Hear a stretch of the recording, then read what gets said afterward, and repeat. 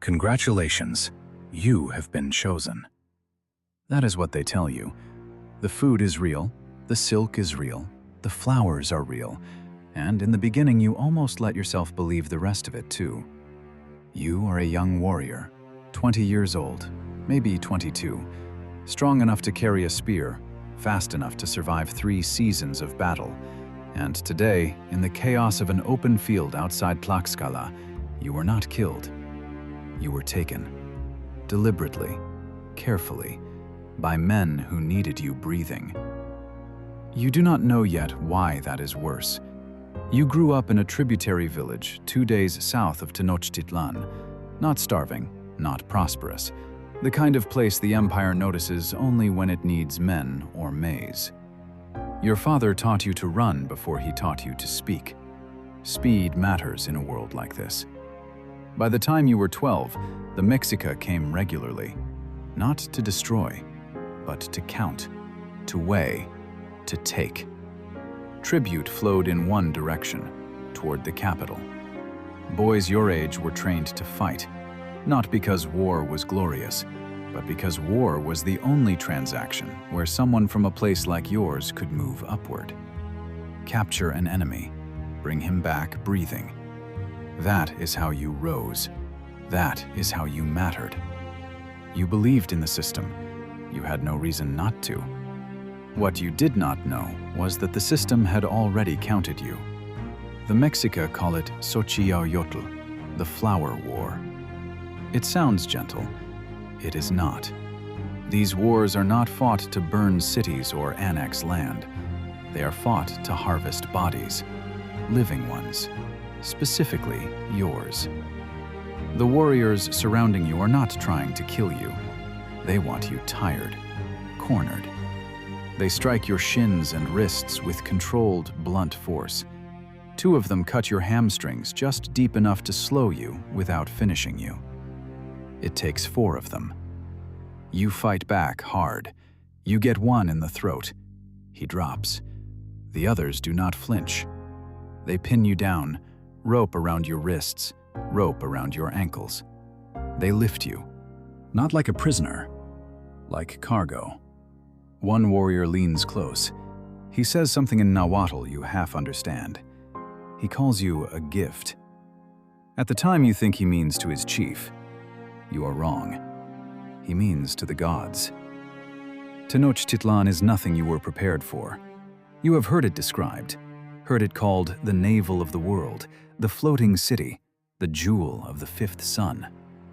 The words fail when you actually arrive.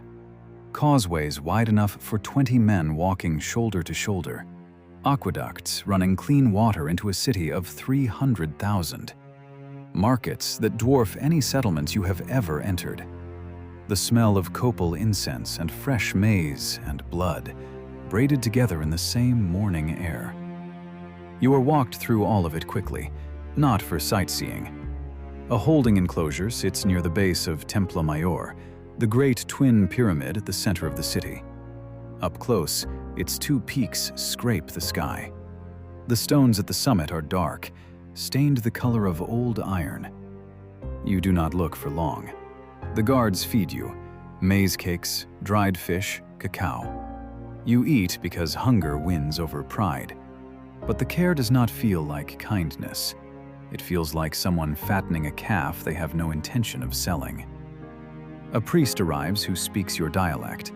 He sits across from you and explains things slowly. You have been selected. Not for immediate death, for something rarer. Something only 1 man in the entire empire receives each year. You are to become Tezcatlipoca, the smoking mirror, lord of the night sky, master of fate, of shadow, of the unseen forces that move behind everything, his living image on earth. For 1 full year, you are the god's body. They bathe you in heated water infused with herbs.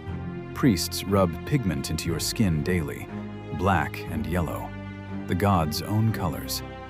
They dress you in turquoise mosaic sandals, jade ear spools, eagle feathers. They hand you a flute carved from obsidian and shell, and teach you the melodies of the gods' procession. Everyone you walk, people stop and kneel. Not to you, to what is inside you. By the third month, you are moved to a compound lined with cotton and fresh marigold. You are given 4 women, daughters of noble families, warm, attentive, your wives for the year.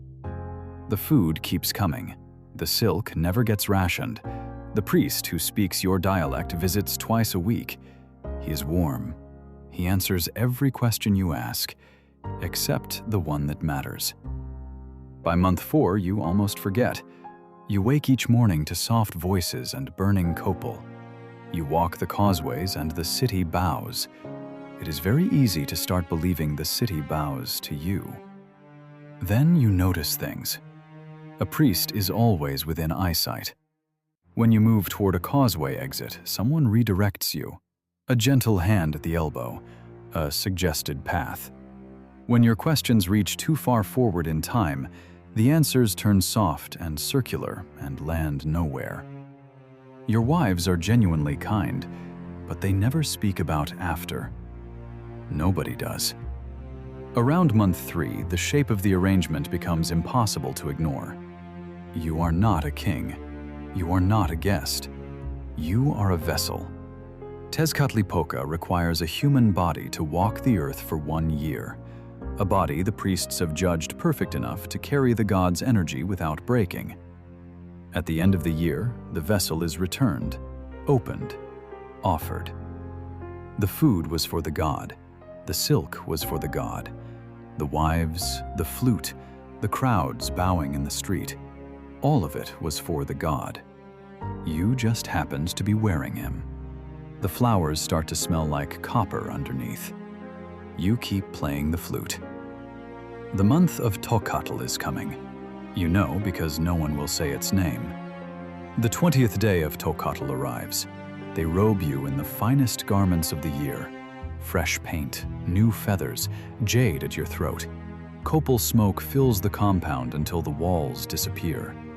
The drums begin before sunrise. Low, steady.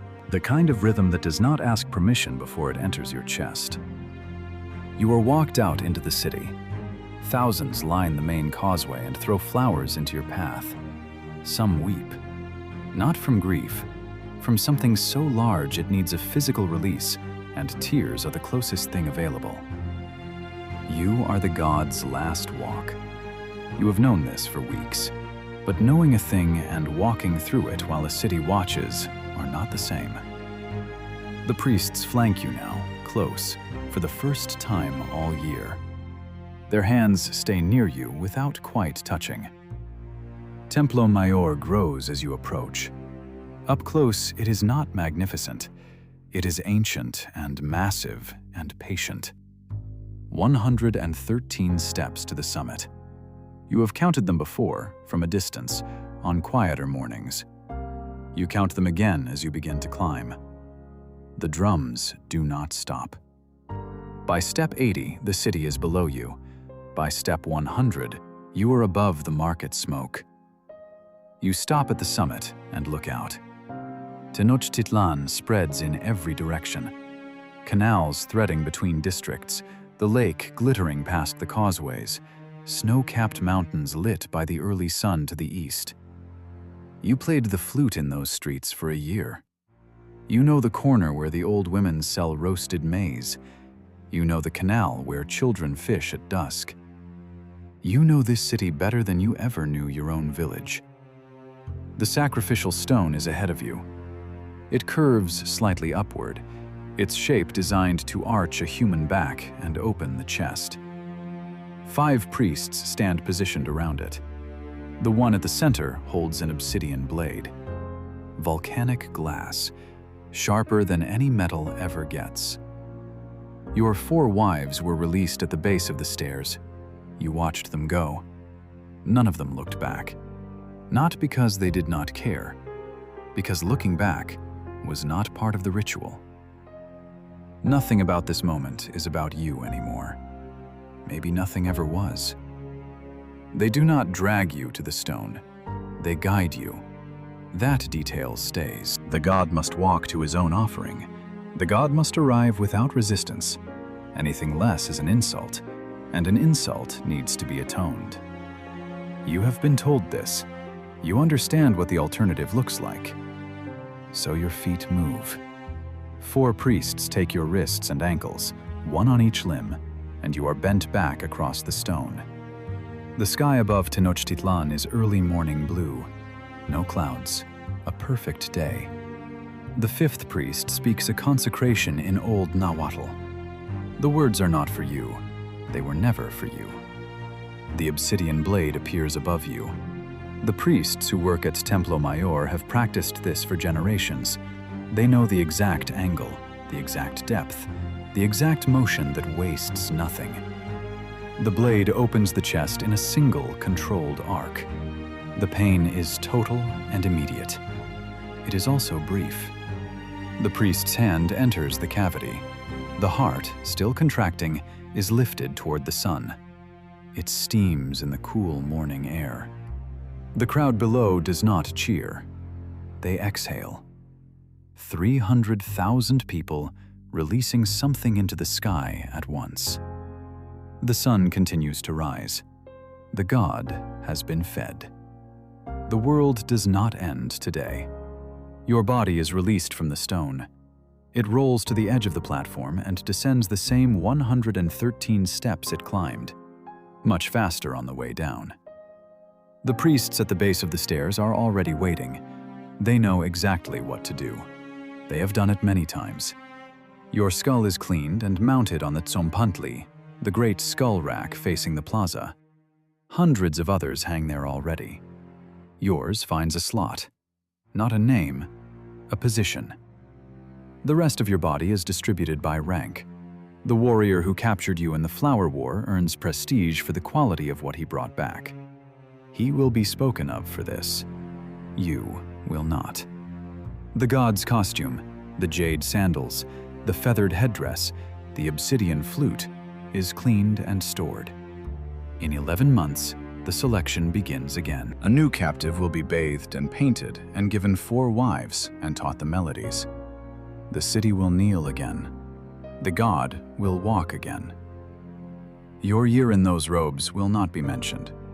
The women who were your wives will not speak your name. The empire does not count the sacrificed. You came from outside its records. That is exactly where you go back.